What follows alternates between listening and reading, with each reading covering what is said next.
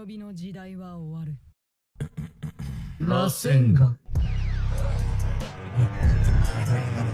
official one-panel spoiler for Chapter 34 of Two Blue Vortex will be released in a few hours, and Chapter 34, as usual, will be released on the 20th. And yeah, before we get the single-panel spoiler for Chapter 34, I've prepared a very interesting prediction for us to discuss in the next few minutes. I'm Nim without the E, please. Help me fix the algorithm by pushing this video to 100 likes or 1K hype points.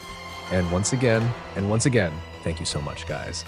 And so, to start the prediction, of course, we'll begin with something simple, yet with a significant impact, and that's the cover. And even though I know most of you can already guess and are even certain that it will be the cover for the next chapter, at least starting with Code, Hidari, Jura, or even Amado, they're the ones I've chosen as potential characters to be on the cover of the next chapter. And yeah, starting with Code, and honestly, for the reasons and everything else, I don't think I need to explain because, as I just said, most of you probably already know why Code is highly likely to represent Chapter 34. Yeah, that's just how it is. But what's interesting about Code is that I have 2 points.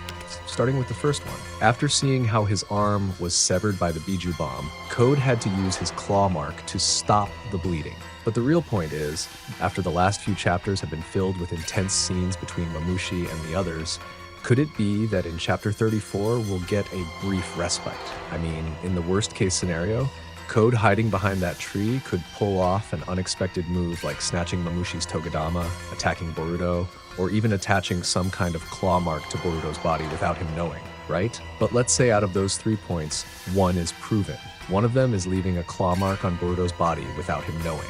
Well, the result, first, the bug will return to normal. Second, Code can spy on Boruto's hiding spot. Because in my personal opinion, at this point, there's something that really needs to be risked, and Code has to choose one of them. But of course, most fans might actually be thinking 2 steps ahead, meaning before Code seizes the Togodama Mamushi and thwarts Boruto's plan to save the bug, Code has already placed the claw mark on Boruto's body without him knowing.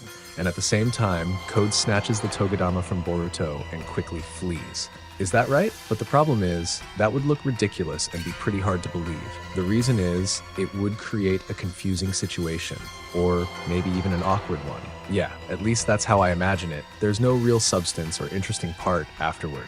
And it just feels weird, because once again, if that's actually how it happened, what would happen next? Would Code snatching Togodama Mamushi from Boruto's hands and then Code fleeing afterward make the story more interesting? Yeah, you can probably imagine. So if we assume, based on our analysis, the most likely scenario, if Ikemoto really wants to take a brief break before fully continuing the intense scene, is one that makes sense to me, revealing a flashback of Code, who has been missing for over a year. The reason is quite simple. We saw how Code had to stop the bleeding using his claw marks. And logically, he should have used some method to heal or something like that. Because I know, even though this makes sense too, just imagine, he's been missing for over a year after the incident where he lost his arm, yet he's still in the same situation and condition.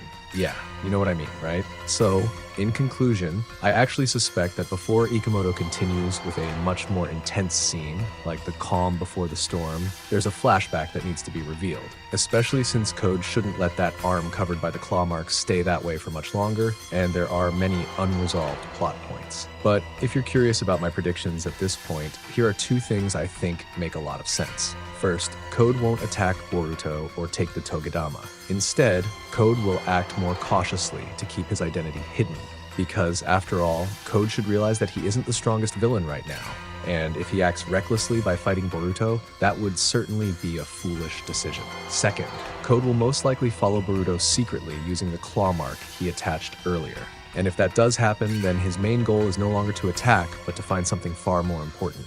Boruto's hideout, Kashin Koji's whereabouts, or even the secret that's been hidden from everyone all this time. Because let's be honest, Code has a mission from Jura to kill them, and maybe this will start with Koji. But what do you guys think? Oh yeah, after previously predicting many things about Code, not just why he might be a cover, in my next prediction, I suspect that Hidari or Jura will be the cover. But remember, whether it's true or not, Chapter 34 should determine Jura's stance and decisions after he loses some of his subordinates. Yeah, you know what I mean, right? Because if we observe Jura's attitude, especially when his subordinates are in a situation that I think needs help, Jura only acts differently toward Hidari. So at this point, what happens to Jura and Hidari will be something interesting, or even a turning point where Jura will act and behave differently. Yeah, that's what we're hoping for. Whether he wants to turn some shinobi into divine tree people, or if he'll just stick with Hidari until the end. So, what do you guys think? Besides that, outside the context of the cover prediction, for some reason I'm also suspicious. I mean, we know in the final panel of chapter 34, Boruto is in Ishiki's dimension, and we also know that's where the Ten Tails reincarnated into Jura, and that's also where the divine tree people were first created.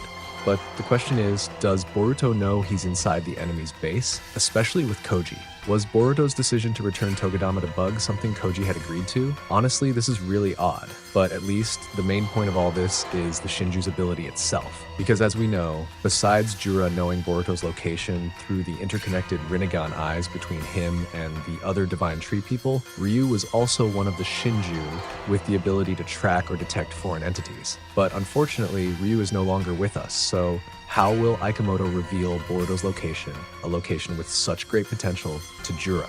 My answer might depend on Code's decision. If something triggers a fight or something like that, it will certainly trigger Jura as well, right?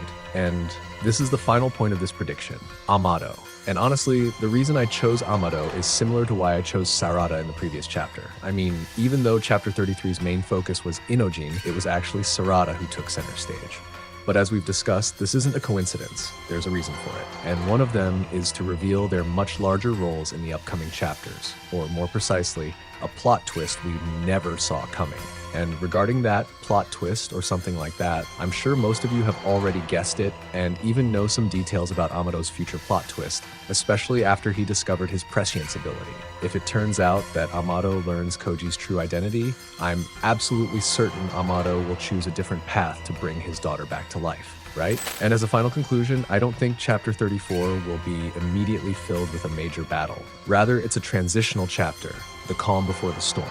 Because at this point, there are just too many unresolved plot threads. From the disappearance of Code for over a year, the condition of his arm, Boruto's decision to bring Togadama to Ishiki's dimension, to the possibility that Amado is beginning to realize something far more dangerous about Koji and prescience.